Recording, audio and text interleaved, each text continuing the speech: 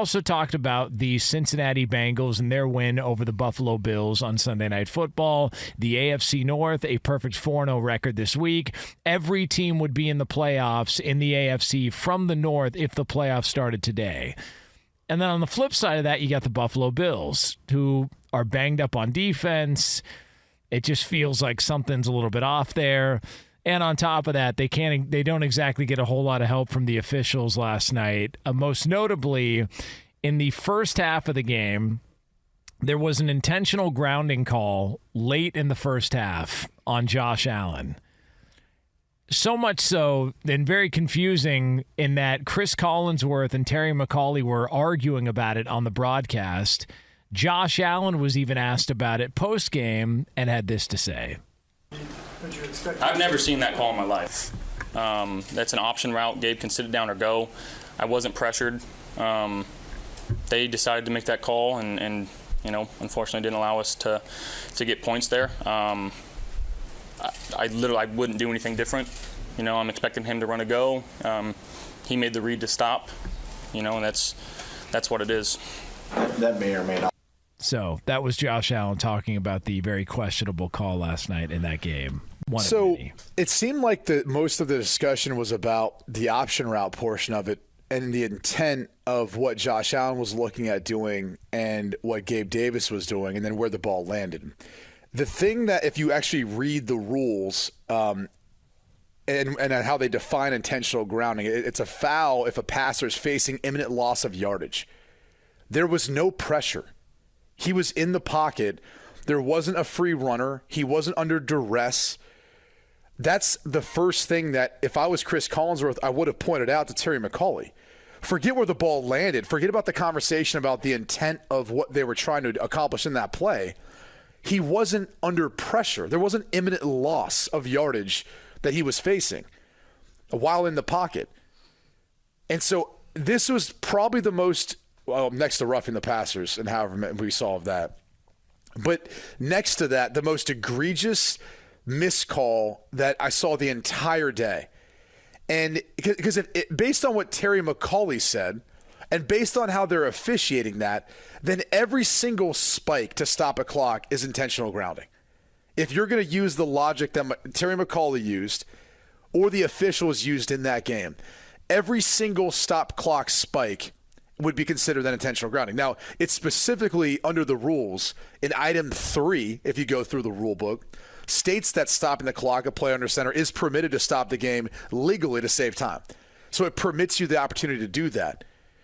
But in this case, it falls under the same exact logic in which they were trying to use in that instance. So I sit there and just say, would it ultimately have mattered at the end of the game? I don't know. I would have been nice to see Tyler Bass get a shot at a field goal, and if he makes it, all right, they lost by 6, so maybe it's by 3, and who knows how the end of the game, looks. But I can't believe that the NFL continues to skate by with as poor of officiating as it has, with as big of gambling as it's become in the NFL, and they're not going to do anything about it. They're not going to figure out a way of improving the calls that are made on the field.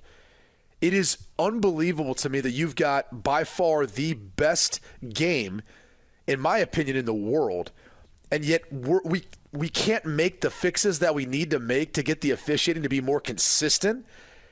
I mean, all you can say right now is it's inconsistent and it's bad. And this was a glaring example in primetime of that, in a call that should never have been made the case. Forget about the optionality of the route and the throw and the decision there. Just the rule itself, the way it's described, doesn't make any sense then, because he was never under pressure.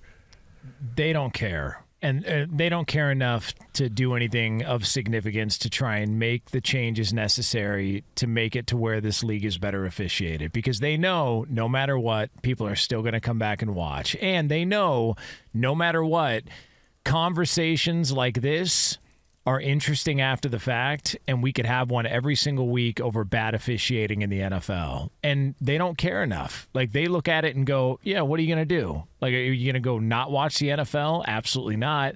It opens them up to people questioning the validity of some of these games, especially when you bring up the gambling aspect of it, because people are going to look around and go, wait a second, is this turning into the NBA when Tim Donaghy was an official and butchered some calls and cost teams games, and then you find out after the fact he had money on it? Like, if you're the NFL, you hope it doesn't go down that road. You've already seen players that have gambled on games from time to time and been popped for it. I just don't. I think the NFL sees any conversation as good conversation. And as long as they get, 90, 95% of the calls right, we'll let a couple of these pass. You could call a penalty pretty much on every play. I mean, let's start there. You can call a penalty on every single play. There's most likely going to be a hold on every single play. Now, in terms of looking at some of the fairness of what the calls are or the consistency of what some of the calls are, I mean, the rules are constantly changing. And to me, when I look at the Josh Allen pass, I thought it was exactly what he said. He thought that he was going to be on a go route.